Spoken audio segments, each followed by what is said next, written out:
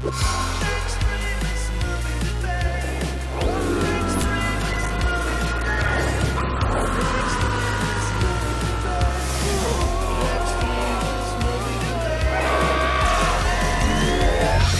the Extremist movie debate, and tonight we're talking 1990s Jacob's Ladder. I'm Joe. I'm Ethan. One of us is going to love it, one of us is going to hate it. Let the coin decide their fate. I hate it. I love it. Hey guys, don't poison us with hallucinogenics! Spoilers ahead. Yeah, that was a spoiler. All right, and this movie currently holds a 69% on Rotten Tomatoes. A 69? Yeah, Ethan, since you hate, Favorite number. Ethan, since you hate this movie, this first question is for you. This comes from James Berardinelli of the Chicago Tribune, I think. I just want to cut in here real fast. You use this guy a lot. Yeah. So I feel like you should be saying his name like smoother at this point. Because this is every time. Anywho. James Berardinelli. James B says, it's weird and surreal, but it ends with most of the holes plugged and all but a few of the loose ends tied into a tidy package. Some argue this is a cheat and the film should have been more open-ended. That's a personal choice. I like it the way it is. So, do you feel like that it was a good thing that they gave the overall movie closure? Yeah, 1 minute. Oh yeah, I mean they fill all the holes, so that's perfectly fine. But I do feel like it's not a cheat at all. But I think that this movie is dog shit even with it. Like, okay, let's just fill that in. So this movie's about a dude who essentially gets killed in Vietnam, but also while getting killed in Vietnam gets injected with some sort of experimental drug, and everybody actually just kills each other in Vietnam. And so the movie that follows is all of him just descending into death and running away from hell, but we think it's his reality well after the war, and then we find out in the end, no, he just got a super drug and now he's finally dead. And title card, there's been reported tests of this that the Pentagon denies. Like, that's really cheap, actually. What this movie fails at is actually creating any sort of an interesting story beyond we gotcha, sucker. It's a lot of weird visuals and lots of, oh my god, what's going on? All of a sudden to be, oh, this is what's going on.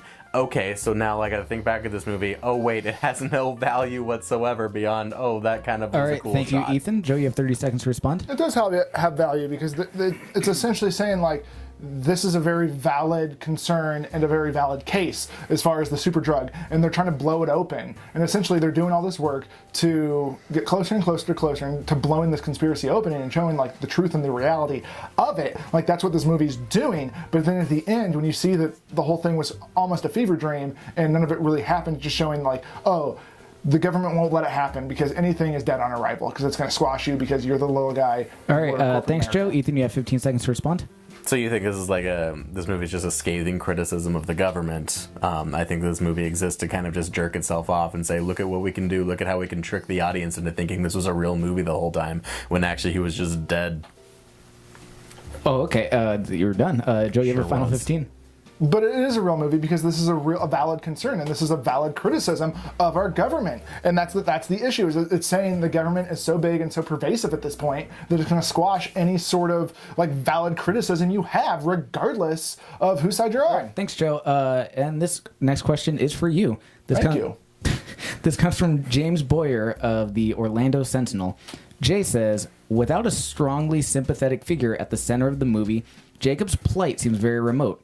Watching this film should feel like being caught in a nightmare, but it feels more like watching someone else who is caught in a nightmare. So, can you touch on Tim Robbins' why he How do you pronounce his name? Tim Robbins. Berardinelli. Okay. Can you touch on or whatever his name is, the lead, and how Jacob, and how he is a sympathetic character? You have 1 minute. This guy is a dummy. Has he ever watched a movie before?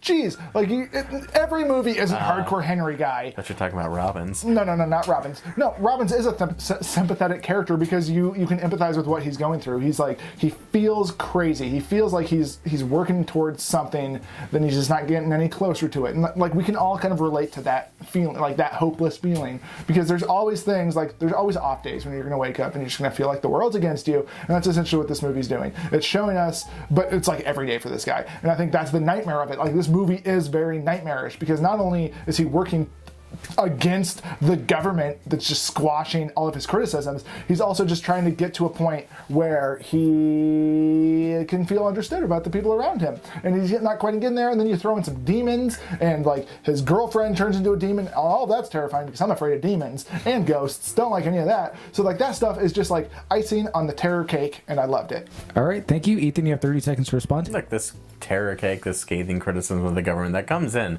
the last 30 seconds of this movie.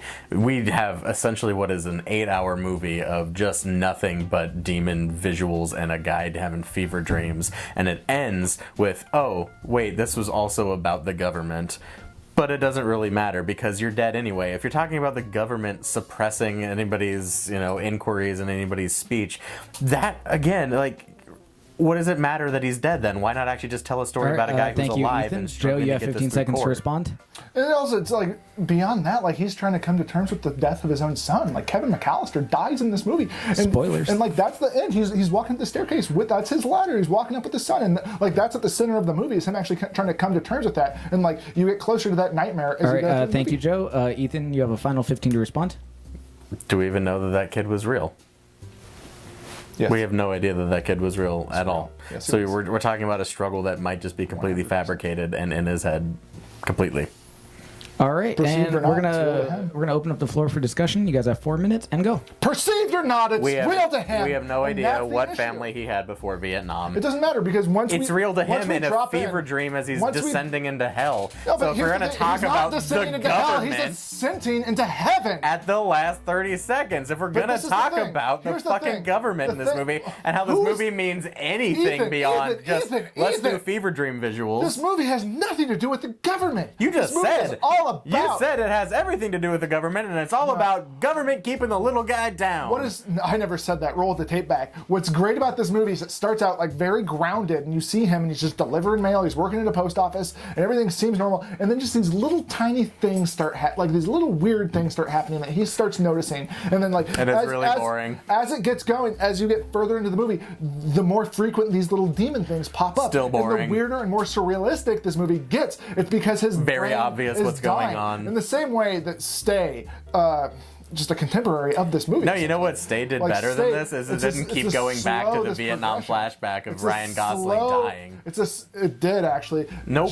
It did. Nope. It did. No, because you had those audios- off-screen you have audios and voices, stuff. but you don't have the You do. visuals. You have those You calls don't back. have You said they don't call 5 back. minutes They of, do. They oh have wait, to I'm call getting back. carried So away you're on a stretcher up to the so helicopter, you're and then people are progressively saying going things through like, this oh, movie. you're It's getting weirder dying. and weirder. And you see a picture of him with Kevin McAllister, and he's like, oh, that's Kevin McAllister, what he's doing. And then you find out that he was hit on his bike. A truck hit him on his bike. So Last this is 5 something. minutes. This is something that Tim Robbins has been trying to come to terms with his entire life, seemingly, perceived or not, in his entire life in the movie that we're empathizing with. This is what he's trying to come to terms with. And finally, at We the don't end, know enough when about he- him to know how when long he he's walks actually up the been ladder, wanting to know when he that. walks up Jacob's ladder, you can finally And it understand. means nothing can to you finally because you are understand not that invested he is in this trying character to whatsoever. come to terms with the death Beyond, of his son. oh, a spooky ghost. That's what he's doing the entire movie. They're demons. They're not even ghosts. Where did you get ghosts from? He doesn't know So what he's they going are. up Jacob's ladder, and then you cut back to Vietnam, and you're saying, "Shit, you can live multiple lives in this world." The only time we You see can his live family at multiple all in this lives. movie is within the fever dream, which he goes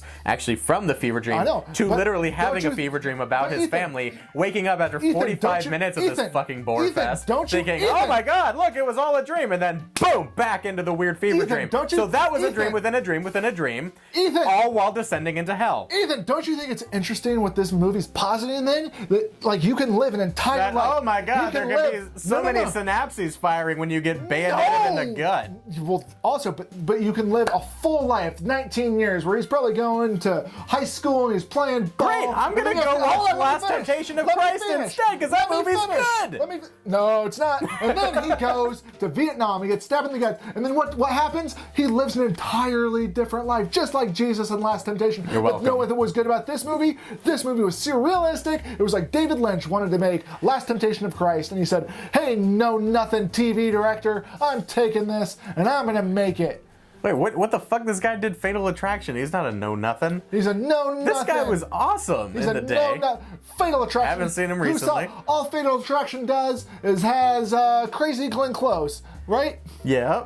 That's not the vagina one, right? No. See, know nothing. That's also not Glenn Close. I know that's Sharon Stone, but Glenn Close is in Fatal Attraction. You see and that's the thing. That's how you're following this movie. You have to kind of like be slightly obtuse to understand what's going on in this movie. Okay, well, how do you guys really feel about the Also, movie? hold on. All right. Do you know this movie has a spin-off? No. What's it It's called? Home Alone. It's called Home Alone. Kevin McAllister. Come here. Kevin McAllister doesn't exist. Kevin's It's all a ladder. Jacob's Ladder scenario my God. when he gets hit by that car right before he ascends up to heaven with his father. So he got hit by a car, and in his dying fever dream, he dreamed he had a whole new family? He really wanted Whole ice new cream. family, exactly like Jacob's Ladder. It fits and it works. Okay. Well, how did you guys This really is a feel? 3-movie How did you really feel? expanded How did you really feel? universe. How did you really feel? I like it, but it's got a very 90. What was it? 90 came out. Yeah, in It 90? feels like early 90s. It's got that 90s feel, which is not necessarily a bad thing. But like Ethan was saying, I don't know if he meant it or not, but it is annoying that they keep cutting back to Vietnam. Like, if I didn't already know the twist of this movie going in, I sure as fuck would have known it 20 minutes into this movie. And on top of that, why not just make a movie where all of these guys had some super drug pumped into them and they're all like Yeah, that's essentially hallucinating? Stranger Things. Let's just go watch Stranger Things. Like why not do that where they're seeing where they're hallucinating like demons and stuff coming in? Like that's a really interesting movie. You don't necessarily need to make it the Jacob's Ladder scenario in Jacob's Ladder. I think it does kind of take away from the movie when you have a far more intriguing movie already embedded into it. Yeah, and that is, I feel like if you cut it all down, that's about 20 minutes of this movie. That does feel like 8 hours. We got through the first act of this movie, which is like 48 minutes long, and then he wakes up with his real family, which, by the way, is still in a fever dream, and I'm just so fucking ready for this movie to end, and that then turns out to be a dream, and holy shit, there's still an hour and a half left of this movie. It doesn't end. I liked it more than Ethan. There's nothing going on. It's just him wandering around confused, and then all of a sudden, oh, boom, demon. Oh, no. Oh, boom, car. Oh, there's a friend. Oh, he's dead. Oh, I'm so confused what's going on. There's a psychic. Oh, she says you're dead. Oh, Vietnam flashback. Oh, spooky ghost.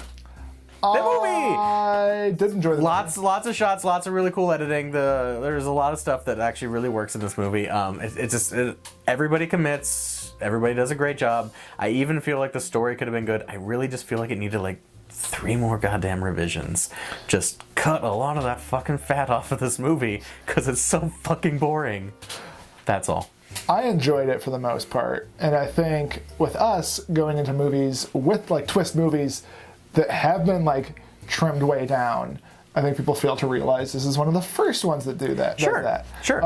And it's, so I it's think- not. It's not because it's because I'm really bored with the pace of this movie. The twist actually annoys me completely because I feel like it just eliminates any validity of this movie having any sort of replay value whatsoever. Like, what does this movie mean beyond? Ha, we got ya, stupid audience. All right, well, what would you guys I'm rate gonna the have to movie? watch this movie 4 more times before I can answer that question. I'd give it a 6. A little bit of thunder. I give it a 5. No thunder whatsoever. All right, and where can we find you guys? Facebook. Instagram, Twitter.